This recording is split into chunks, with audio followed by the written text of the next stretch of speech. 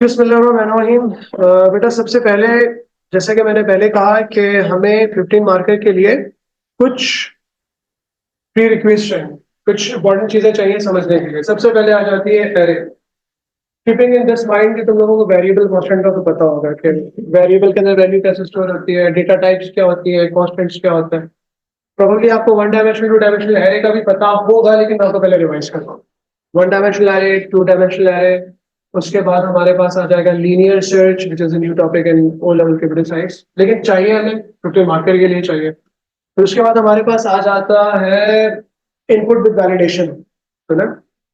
Input करना है data, लेकिन input according to some rules करना है, उसके ऊपर कोई ना कोई वैलिडेशन रूल अप्लाई होगा। इनपुट करोगे तो एज जो है वो 14 से 25 के बिटवीन होनी चाहिए, कोई ना कोई वैल्यू। तो वो भी हमारी रिक्वायरमेंट है 15 मार्कर क्वेश्चन के लिए।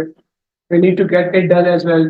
We also have a fear, अभी तक तो नहीं लेकिन देयर इज अ चांस कि वो सॉर्टिंग को, सॉर्टिंग किया पहले कभी? सॉर्टिंग एक सॉर्टिंग का एल्गोरिथम है हमारे सिलेबस में, कौन सा वाला?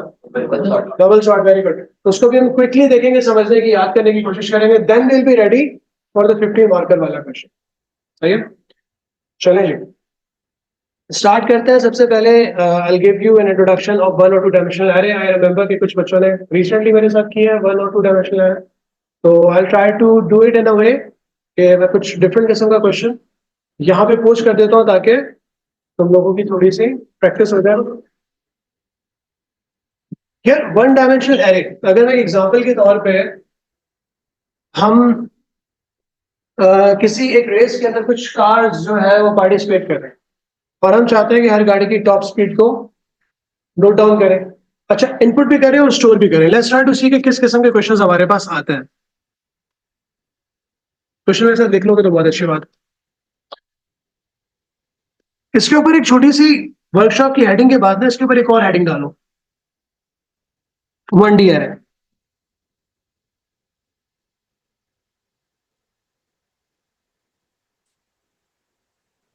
सो in one dimensional array,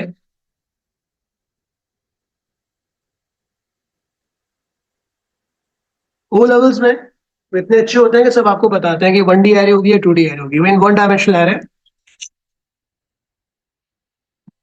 input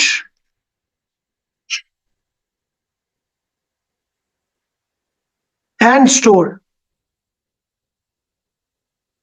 बेटा देखो, अगर मेरा क्वेश्चन यहां से शुरू होता है ना कि इनपुट एंड स्टोर, उससे पहले वन डायमेंशनल एरे नहीं भी लिखा होता। अगर इसमें लिखा होता input and store, store, store का जैसे कीवर्ड आएगा इसका मतलब ये कि वो जिक्र करता है कि एरे के अंदर हम डेटा, एरे, स्टोर का वर्ड आ गया, एरे आ गया। ठीक है। So in one dimensional array, input and store, speed of 25 cars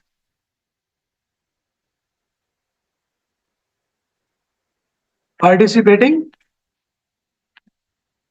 in a race। ठीक है, सबसे पहला वाला पार्ट, डिक्लेयर दिया एरे। बेटा क्या आप इस एरे को with the suitable name, with its required length and इस डेटा टाइप डिक्लेयर कर सकते हो? सबसे पहला चेक। तो बेटा input one dimensional array, input and store, speed of 25 cars participating in a race, declare दिया है। डिक्लेयर कैसे करोगे? एरे का नाम, name of the array, lower bound, upper bound, data type. हो गई? डिक्लेयर हो गई? करो ना यार, डिक्लेयर करके दिखाओ कैसे करोगे। बेटा एरे का नाम क्या रख सकते हैं उससे हमें स्पेसिफाई नहीं किया। We need to choose the speed, speed is can be the good name.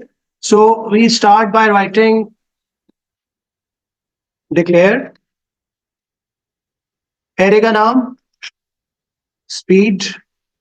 मैं इंटेंशनली इसका नाम थोड़ा सा चेंज कर रहा हूं ताकि आपकी प्रैक्टिस हो जाए। व्हाट इफ कि अगर मुझे इसका नाम टॉप स्पीड रखना होता, पी कैपिटल, ओ पी छोटा और फिर एस कैपिटल, स्पीड। वेरिएबल को नेम करने का एक how to name your reference, आप दो या तीन वर्ड्स को मिला के एक मीनिंगफुल वेरिएबल का नाम रख सकते हो, रखना चाहिए। बीच में स्पेस अलाउड नहीं होता, पहला हर एक वर्ड का पहला लेटर कैपिटल कर दो। टॉप स्पीड और इसका लोअर बाउंड हमने वन रख दिया, तो अपर बाउंड क्या होगा? 25। हम जीरो से 24 भी कर सकते हैं। बेटा ये भी पता होना चाहिए कि 1 is the lower bound, 25 is the upper bound. अगर आपको याद नहीं है तो अपने नोट्स में बना लीजिए, फिर एरो बना के लिख लो। Lower bound 25, upper bound length of the array is 25। Lower bound could have been 0 to 24, लेकिन उसकी वैल्यू 25 होती। इसकी डाटा टाइप क्या होगी? इंटीजर। एक चीज मैंने वो लास्ट तुम लोगों को भी बता रहा था कि बेटा ये चीज बहुत जरूरी है प्रोग्रामिंग के अंदर। प्रोग्रामिंग के स्किल अभी तुम मेरे साथ सीख रहे हो, या आपकी लाइफ टाइम आपके साथ ये चीज रहेगी, उसके साथ आपका ज्यादा इंट्रैक्शन होगा, क्योंकि कैपिटल साइज का दौर अभी आने वाला है। हमें लगता है कि आ गया है या आ चुका था, लेकिन नहीं, अभी हम बिल्कुल टिप ऑफ द आइसबर्ग पर हैं। तो इन चीजों को इसी तरह से समझो और गल्प डाउन करने की, ठीक है पेपर के चक्कर में हम पढ़ रहे हैं, लेकिन इसको सीखने की कोशिश करो। So whenever you feel like there is an array which is declared, तो इसको आपने सिर्फ on a piece of paper नहीं देखना, इसको आपने imagine करना कि हमारे पास एक 25 लिस्ट ऑफ बॉक्सेस बन चुके हैं, शायद ऐसे ना, और उन सारी इस पूरी लिस्ट ऑफ वेरिएबल जो कि array की डेफिनेशन है, लिस्ट ऑफ वेरिएबल्स, वो 25 बॉक्सेस हम देख रहे हैं सामने में, नजर आ रहे हैं। और कुछ सारे बॉक्सेस के टॉप पे लिखा हुआ बड़ा सा स्पीड, ये सारे 25 बॉक्सेस स्पीड एरे है, और हर बॉक्स के ऊपर लिखा हुआ number 1, number 2, number 3, number 4। So you have to imagine. और इवन जब आप 15 मार्कर का इस तरह का कोई भी क्वेश्चन करने के लिए जाओ, ब्लैंक पेजेस इसीलिए दिए गए होते हैं एग्जाम के अंदर, आप उसको बड़ा सा यू ड्रॉ करो। 25 नहीं करो, लेकिन एग्जाम्पल के तौर पे कुछ एरे का पार्ट जो है वो ड्रॉ करो, टॉप स्पीड। और box number 1, box number 2, box number 3, box number 4 and so on. ठीक है, 25 तक। अब जो हमने लास्ट टाइम भी डिस्कस किया था कि अगर मुझे स्टॉप स्पीड के लेट्स सपोज थर्ड बॉक्स के अंदर किसी गाड़ी की speed 125 kilometre per hour store करनी है, तो उसको इंडेक्स, एरे को इंडेक्स कैसे करें? बेटा सारे कीवर्ड्स हैं, इसको इसलिए हम रिकॉर्ड भी कर रहे हैं, दोबारा समझिएगा। एरे के अंदर जब वैल्यू स्टोर करते हैं, या किसी एरे के अंदर क्यों बॉक्सेस के अंदर मुझे स्पीड एरे के अंदर बॉक्स नंबर 3 के अंदर मुझे वैल्यू डालनी है, इसको हम क्या कहते हैं? इंडेक्स करना। एरे के अंदर if you wanted to input the value inside the array, you index दिया, इंडेक्स यूजर इंडेक्स करना, स्पीड एरे का थर्ड वाला पार्ट, उसके अंदर इंडेक्स करना, ठीक है। और अगर आपने एरे में से वैल्यूज को रिसीव करना, रिट्रीव करना, तो हम इंडेक्स करते हैं निकालने के लिए। तो अगर मुझे टॉप स्पीड के थर्ड एलिमेंट के अंदर वैल्यू को मूव करना है, तो उसके मैं स्टेटमेंट कैसे लिखूं? बताओ ना यार, पता है बहुत सारे बच्चों को पता होगा। मुझे बॉक्स नंबर 3 के अंदर 125 को डालना है, तो इंडेक्स करके कैसे डालें?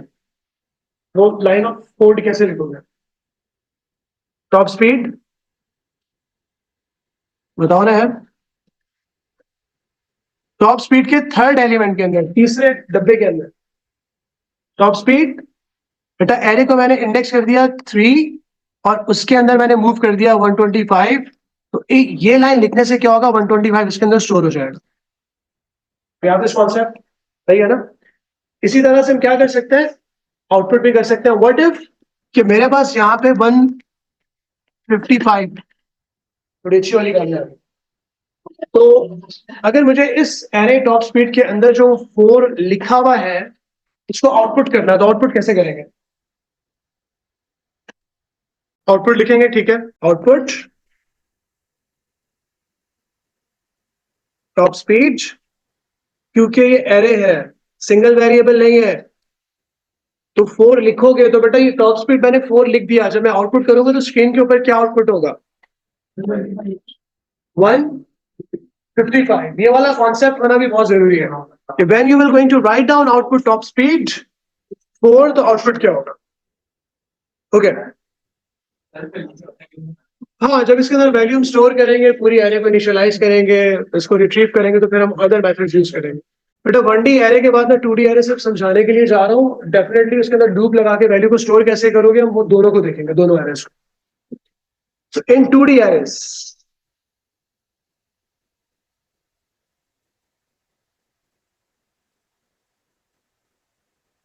टू डायमेंशन कौन कौन से? एक्स और वाई। एक्सेल की शीट, ठीक है, एक्सेल की शीट के अंदर हमारे पास बॉक्सेस जो भी बने होते हैं, इनके input and store,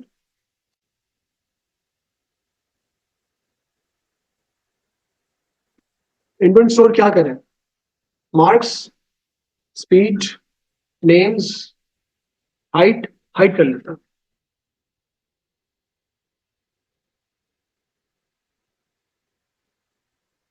height of 20 students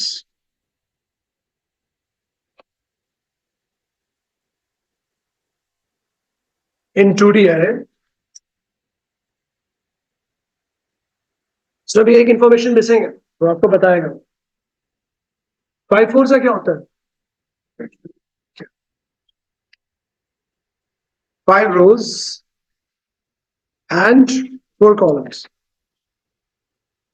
आपको हमेशा बताएगा, आपको खुद से सपोज नहीं करना पड़ेगा। 2D array आपको ये नहीं बोलेगा कि इसके अंदर अगर 12 आइटम्स हैं, एलिमेंट्स हैं, तो कितनी रोज होंगी, कितने कॉलम्स होंगे, हमेशा आपको बताएगा इतनी रोज होंगी, इतने कॉलम्स होंगे। ठीक है, तो बेटा इस कंडीशन के अंदर you have to think like that कि आपको एरे को डिक्लेयर कैसे करना है। कैसे डिक्लेयर करोगे?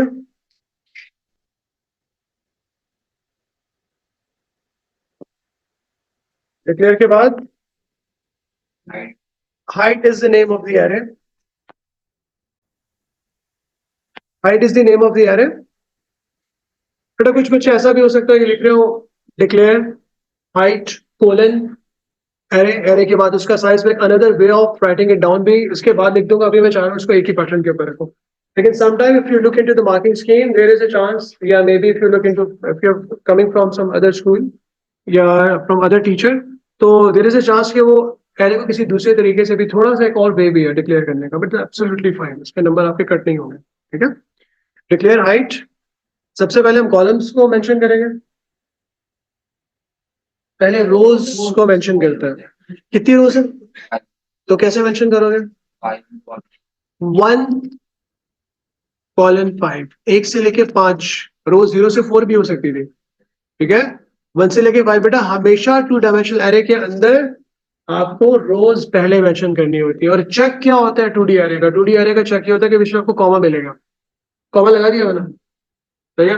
डिक्लेरेशन के अंदर भी, और जब उसके अंदर तुम वैल्यूज को इंडेक्स कर रहे होगे, यानी कि एरे के अंदर आप वैल्यूज को रिट्रीव रिट्रीव कर रहे होगे या मूव कर रहे होगे, स्टिल आपको बीच में कॉमा मिलेगा। कॉलम्स कितने हैं? दी पॉसिबल डेटा टाइप रियल भी हो सकती है, लेकिन हम इंटीजर ले लेते हैं। रियल अगर हम इंचेस में लेते तो रियल हो सकती थी, हमने सेंटीमीटर्स में ले ली। Again, what you need to think when this thing will going to happen, the imagination must be strong कि हमारे पास इस तरह की एक छोटी सी शीट बन गई। हाउ मेनी रोज? 1 2 3 4 और 5। आपने अच्छे से बनानी है, मेरी तरह वाली ड्राइंग नहीं करनी। ठीक है, 1 2 how many columns? 4 columns. The only thing which I wanted to know from you people right now कि फॉर एग्जाम्पल अगर मैं इस वक्त जो है वो एड्रेस करता हूं इस सेल को, उसको मैं हाईलाइट कर रहा हूं, इस सेल का एड्रेस क्या होगा? इसके अंदर मुझे वैल्यू स्टोर करनी है 180 सेंटीमीटर। 4 कॉमा, पूरी लाइन बताओ मुझे कैसे लिखोगे? अब सिर्फ डायरेक्टली स्टोर कर रहा हूँ, जैसे मैंने पहले इनपुट नहीं किया था, खाली डायरेक्टली मूव कर दिया।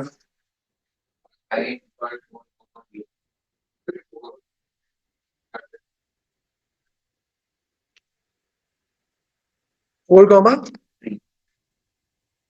और उसके अंदर हम मूव कर देंगे 180 सेंटीमीटर।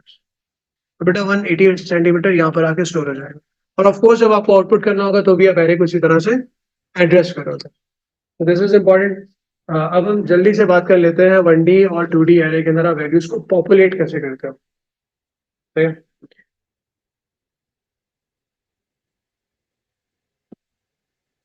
1D एरे अगर आपके पास 1 से लेके 25, मैं 1D एरे 2D एरे दोनों की पॉपुलेशन के बारे में बात कर रहा हूँ। अगर आपने इसके अंदर वैल्यूज को स्टोर करना है, लेट्स सपोज इसको हम थोड़ा इजी पार्ट कर लेते हैं, इसको इसको आपने इनिशियलाइज करना है, क्योंकि लिख लेते हैं इनिशियलाइज दिया है।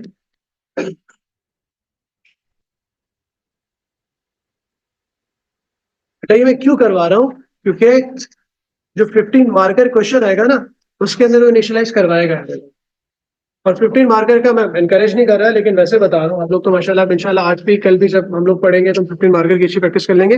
लेकिन समटाइम अगर आपको 15 मार्कर का कोई बहुत ही आउट ऑफ द बड़ी क्वेश्चन आ गया और उसकी अंदर वाली लॉजिक समझ में नहीं आ रही, लेकिन हम बाकी इंग्रेडिएंट्स इतने कर चुके होंगे कि हमें पता होगा एरे को डिक्लेयर कैसे करना है, एरे को इनिशियलाइज कैसे करना है, हमें इनपुट कैसे लेना है, तो तुम्हारे 15 में से 10 नंबर तो वैसे ही आ गए।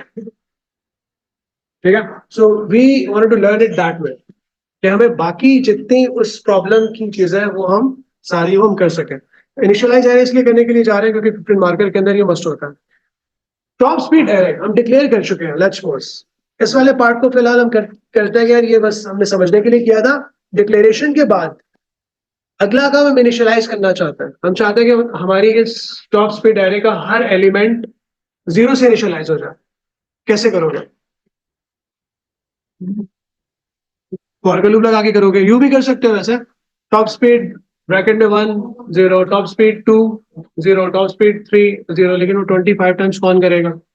हम लूप लगाएंगे बेटा। लूप हम एरे को इंडेक्स करने के लिए यूज करते हैं। सबसे ज्यादा जो कॉमन हम लूप यूज करते हैं एरे के लिए वो काउंट कंट्रोल लूप है। ये बेटा नाम भी आने चाहिए। फॉर नेक्स्ट को हम काउंट कंट्रोल लूप कहते हैं। yes we can also use while and while precondition loop और repeat until the post condition loop array को इनिशियलाइज करने के लिए हो सकता है। ठीक है, लेकिन प्रेफरेबल काउंट कंट्रोल लूप है। तो फॉर का लूप चलाओगे कहां से लेके कहां तक? एरे का साइज क्या है हमारी वन डायमेंशनल एरे का? एरे फॉर का वेरिएबल आप कुछ भी ले सकते हो, क्या रखें? इंडेक्स एक्स आई काउंट, चले काउंट रख लेता। वैसे काउंट प्रेफरेबली यूज नहीं करना चाहिए क्योंकि समटाइम नीचे वो कह रहा होता है कि काउंट करो, तो count is equal to count plus one वाला सीन होता है। खैर, count assign to 1 to 25 initialize करने के लिए एरे का नाम टॉप स्पीड, ब्रैकेट में काउंट असाइन टू 0। तो अब ये वाली अंडरस्टैंडिंग के काउंट एक वेरिएबल है, काउंट में जब 1 होगा तो वो टॉप स्पीड 1 के अंदर 0 को स्टोर कर देगा। नेक्स्ट के बाद जब हम दोबारा ऊपर जाएंगे तो काउंट खुद ब खुद 2 हो चुका होता है। और लूप चलाना आता है ना आपको? ठीक है, काउंट खुद ब खुद नहीं आता चलना, आता है। काउंट खुद ब खुद 2 हो चुका होगा, तो फिर जब अंदर आएगा तो वो टॉप स्पीड 2 के अंदर 0 को स्टोर कर देगा। नेक्स्ट के बाद काउंट 3 हो जाएगा, टॉप स्पीड 3 के अंदर वो 0 को स्टोर कर देगा, और यूं करते करते करते हो। सही है, चले जी। ये इनिशियलाइज हो गई हमारी one dimensional array. Guess what, अब टू डायमेंशनल एरे को किस तरह से इनिशियलाइज करोगे? ट्राई करता है। टू डायमेंशनल एरे के लिए हम कितने लूप यूज करते हैं? ओके, एक लूप भी यूज कर सकते हैं, कर सकते हैं। हम फिलहाल 2 लूप यूज कर रहे हैं जिसको हम कहते हैं नेस्टेड लूप। अगर आप इस एरे को इनिशियलाइज करना चाहते हो जो कि 2 डायमेंशनल है, और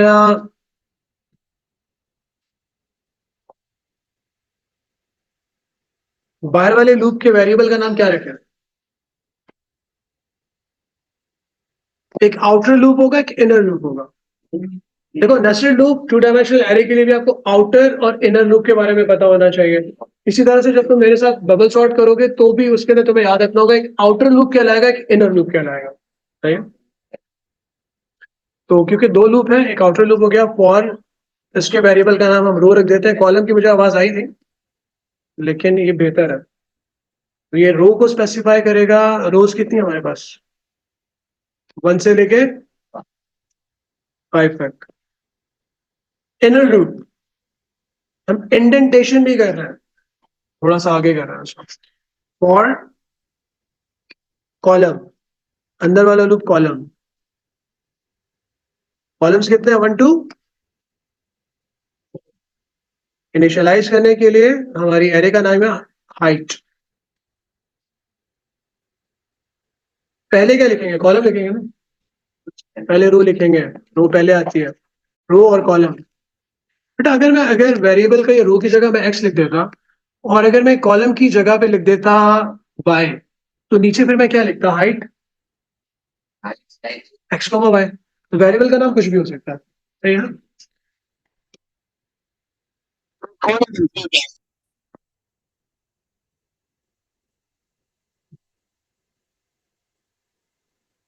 तो बेटा ये आपका इनर लूप हो गया या आउटर लूप हो गया, या आपको लाइन ड्रॉ नहीं करनी है, समझाने के लिए मैं बना रहा हूं।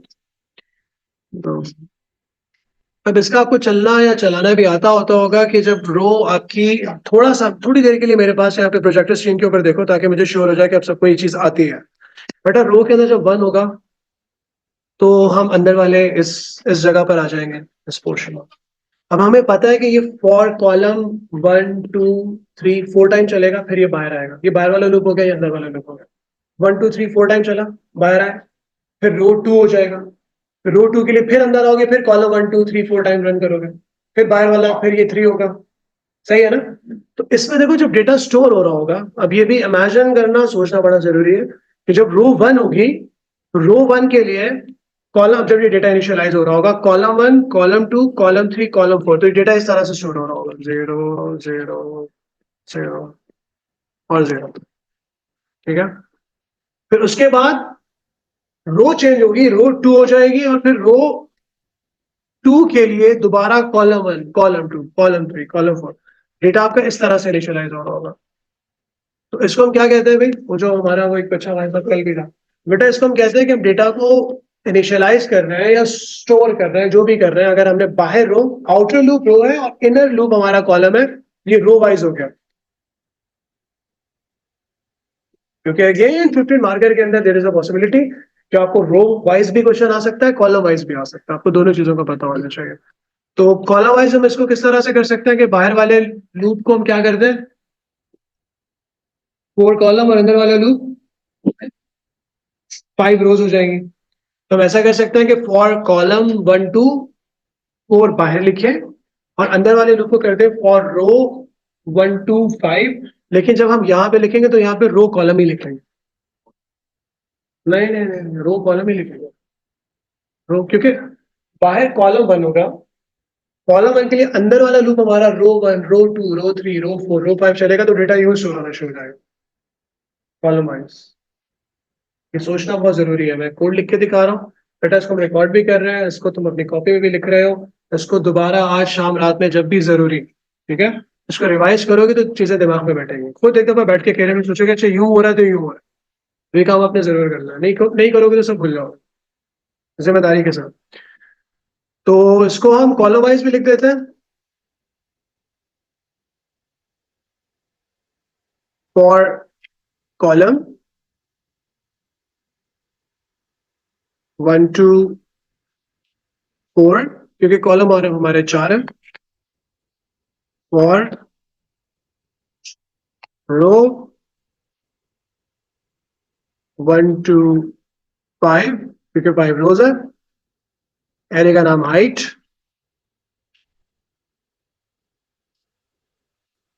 और हाइट के अंदर हमारे पास पहले रो, फिर कॉलम। एक, इसको मिस्टेक तो नहीं कहेंगे, लेकिन नॉट अ गुड प्रैक्टिस के ऊपर मैंने आर कैपिटल लिखा हुआ है, यहाँ नीचे मैंने आर छोटा वाला लिख दिया। तो इस तरह की छोटी छोटी चीजें भी, इनका ख्याल रखना अच्छी बात है। इसको भी हम कैपिटल लिखते हैं।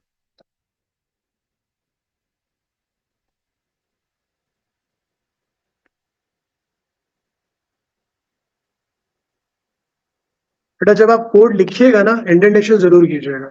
इंडेंटेशन ना करने के मार्क्स कटते तो नहीं है, लेकिन एग्जामिनर को देखने में हो सकता है कि वैसे ही तुम्हें नंबर दे दे एक दो, और हो सकता है कि तुमने बहुत अच्छा लिखा हो, वो मूड में ना हो, और उसको समझ में ना आ रही हो, पता नहीं क्या लिखा हुआ है, तो 1 2 नंबर तुम्हारे कम हो जाए।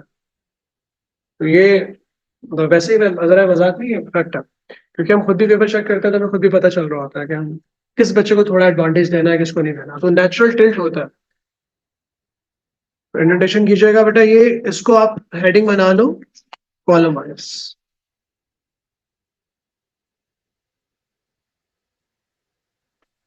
बेटा एक चीज हमें और प्रैक्टिस में लेकर आनी है, वो इसलिए लेकर आनी है क्योंकि अगेन फॉर द 15 मार्क एक थोड़ी छोटी एरे डिक्लेयर कर लेते हैं ताकि उसको समझना आसान हो, आपकी प्रैक्टिस भी हो जाएगी।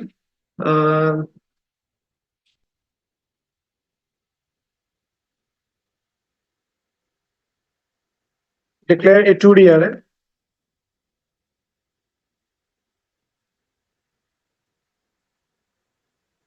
to store names in three rows and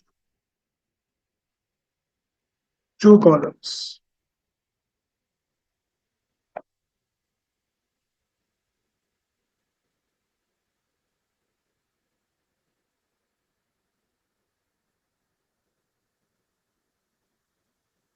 Initialize the array.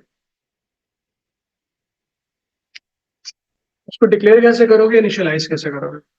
खाली डिक्लेयर करो, इनिशियलाइज करने के लिए मैं आपको एक और मेथड बता रहा हूं।